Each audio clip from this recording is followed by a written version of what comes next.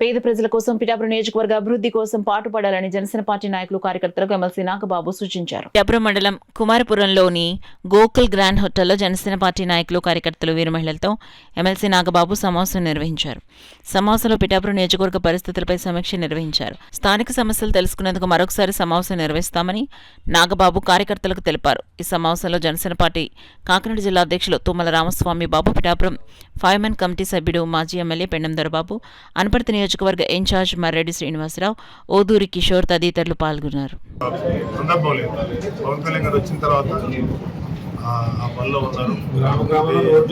ప్రతి గ్రామానికి రోడ్లు వేస్తున్నారు.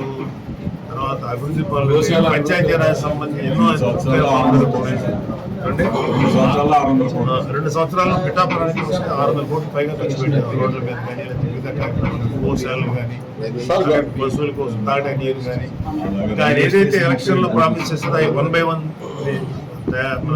నెరవేర్చుకుంటూ వెళ్తారు. 100 బెడ్ హాస్పిటల్ నిర్మించారు. అండ్ ముఖ్యంగా పిఠాపురానికి ఒక అర్బన్ డెవలప్మెంట్ ఒక హోదా క్రియేట్ చేసి పడా కింద పెట్టి ఆయన ఒక ప్రత్యేక అధికారులు పెట్టి ఇంకా పిఠాపురం అభివృద్ధికి ఏమేం చేయాలో అవన్నీ ముందుకు తీసుకెళ్తారు.